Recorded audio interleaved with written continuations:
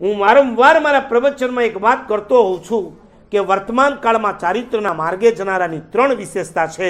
Number 1 શ્રીમંત આવે છે, નંબર 2 યુવાન વયના આવે છે, અને નંબર 3 ભણેલા ગણેલા એજ્યુકેટેડ આવે છે.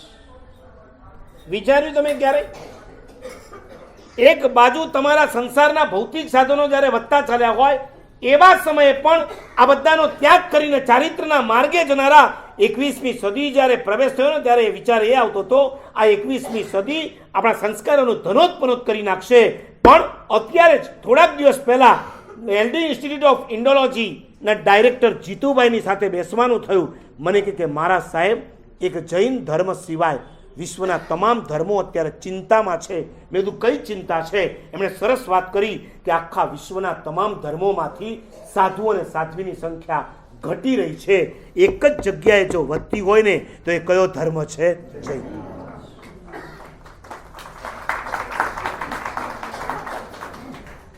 એમણે કીધું કે મારા સાહેબ, અત્યારે ક્રિશ્ચિયનોને પાદરીઓને નન નથી મળતા. વેટિકન સ્ટેટના પોપ બનાવવા માટે અત્યારે ઇન્ડિયાના પોપનો નંબર લાગે છે, પણ ઇન્ડિયાના પોપને નથી બનાવવા પોપ એટલા માટે 6 વર્ષથી એમણે અટકાવી રાખ્યું છે.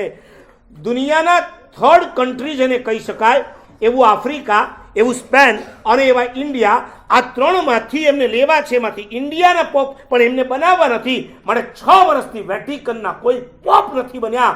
અને નમ તો અત્યારે ક્રિશ્ચિયનમાં કોઈ બનતી જ નથી.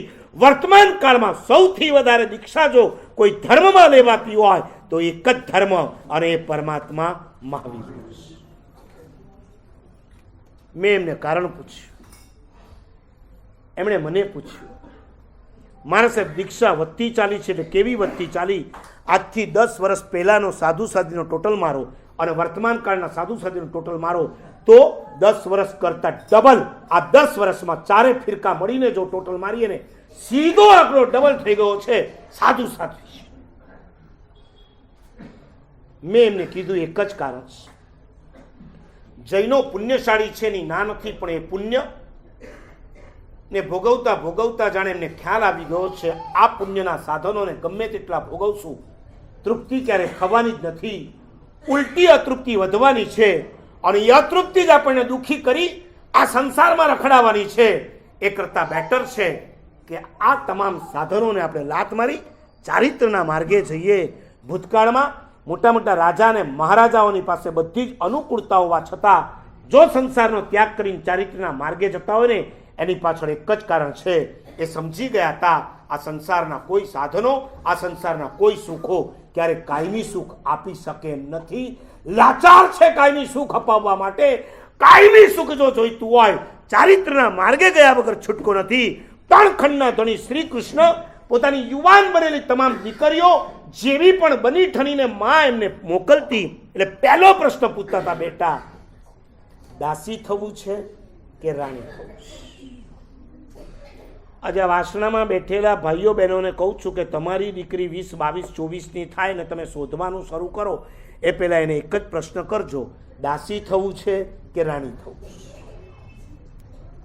વિપુલભાઈ, મિનિંગ સમજો છો ને? શું દાસી એટલે અને રાણી એટલે? સાચી વાત, સાવ સાચી વાત. એક પતિએ એની પત્નીને કીધું, તું મને એકલી જાન જાન કહે છે, કેમ એકલી જાન બોલે છે? તો એ કે બોલવું તો જાનવર છે પણ બહુ લાંબુ થઈ જાય છે એટલે હું જાન બોલીશ. અને પછી તરત પત્નીએ પતિને કીધું, પણ તમે મને રાણી કહો છો કેમ કહો છો? એ કહો ને. તો કે બોલવું તો નોકરાણી જ છે પણ જરા લાંબુ થઈ જાય છે.